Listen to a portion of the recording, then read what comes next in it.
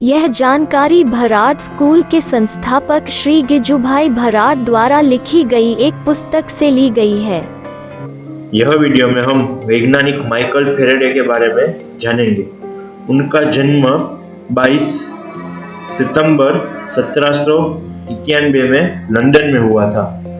उन्होंने डायनेमो की शोध की थी। हम अपने दैनिक जीवन में बिजली के महत्व को जानते हैं।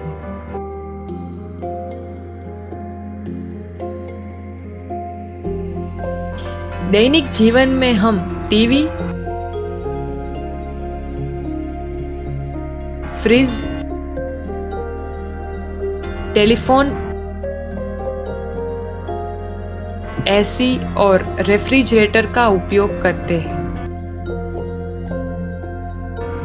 अगर बिजली का आविष्कार नहीं हुआ होता तो कई ऐसी चीजें जिनका हम इस्तेमाल नहीं कर पाएंगे।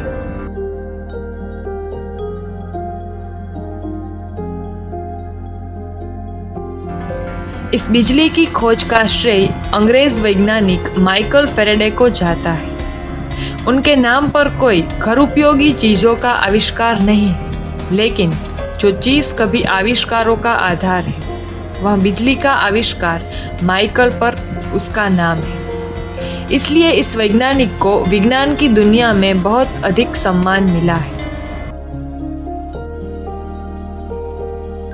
हम कल्पना भी नहीं कर सकते हैं कि इस बिजली के बिना उद्योग, वाहन, संदेश, अनुसंधान कैसे संभव होंगे।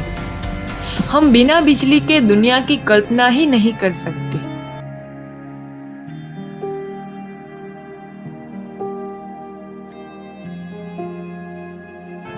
किसी भी धातु के तार के चारों ओर चुंबकीय बल लाइनों को बदलने से एक विद्युत प्रवाह उत्पन्न होता है। यानी कि यदि कुंडली से कोई चालक चुंबक को पास या दूर ले जाता है तो कुंडली के चारों ओर चुंबकीय बल रेखाओं की संख्या बदल जाती है। यानी चुंबकीय क्षेत्र की तीव्रता भी बदल जाती है, जिसके परिणाम स्वरूप बिजली बनती है। चुंबक स्थिर रखने से विद्युत प्रवाह नहीं होता।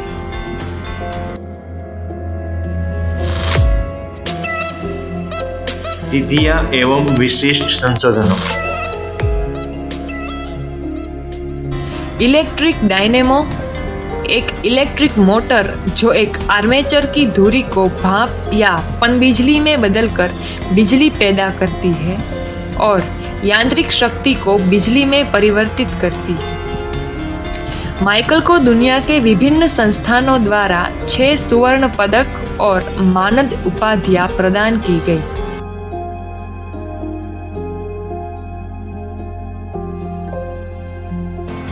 दुनिया के सर्वश्रेष्ठ शोधकर्ता को उनकी मृत्यु के दिन स्वर्ण पदक से सम्मानित किया जाता है।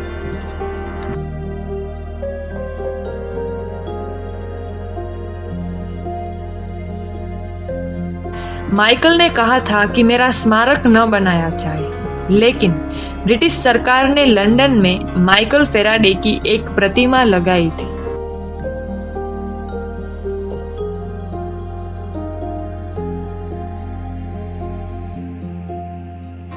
सर हम्फ्रे डेवी कहते थे कि मेरी सबसे बड़ी खोज माइकल फैराडे के साथ की हुई है। कारकिर्दी एवं कार्यक्षेत्र। दूसरी तक पढ़ा हुआ छात्र माइकल फैराडे एक गरीब लोहार का बेटा बुक बाइंडर के वहां नौकरी करता था। नौकरी करते करते उसने अपनी शानदार बुद्धि से एक महान वैज्ञानिक बन गया। उसके पास सर हम्फ्री डेवी के व्याख्यानों को सुनने के लिए पैसे नहीं थे। अपने बड़े भाई और व्यापार सेठ की मदद से व्याख्यान सुनते थे। इसे ध्यान में रखते हुए वैज्ञानिक डेवी को भेजा और उनकी मदद से अपनी प्रयोगशाला में व्यापक कार्य में शामिल हो गए। वहां हम्फ्री डेवी के साथ अपने प्रयोगों में मदद करना शुरू कर दिया। कुछ उपकरण माइकल को बनाने थे, लेकिन पैसे की कमी के कारण अन्य काम के लिए भी समय दे रहे थे। अपनी छोटी प्रयोगशाला का निर्माण करने के बाद और रात में उसमें प्रयोग करते थे तथा दिन के दौरान अन्य कार्यों में संलग्न रहते थे। हमें यह हमेशा याद रखना चाहिए कि यहाँ तक कि अशिक्षित गरीब भी कड़ी मेहनत और बुद्धिमत्ता से महान वैज्ञानिक बन सकते हैं।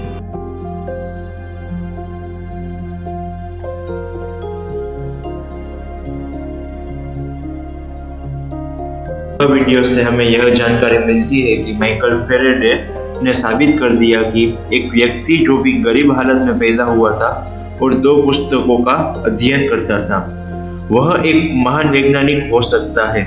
और उसने अपनी सारी संपत्ति गरीब छात्रों को और उसकी मृत्यु के बाद वसीयत कर दी।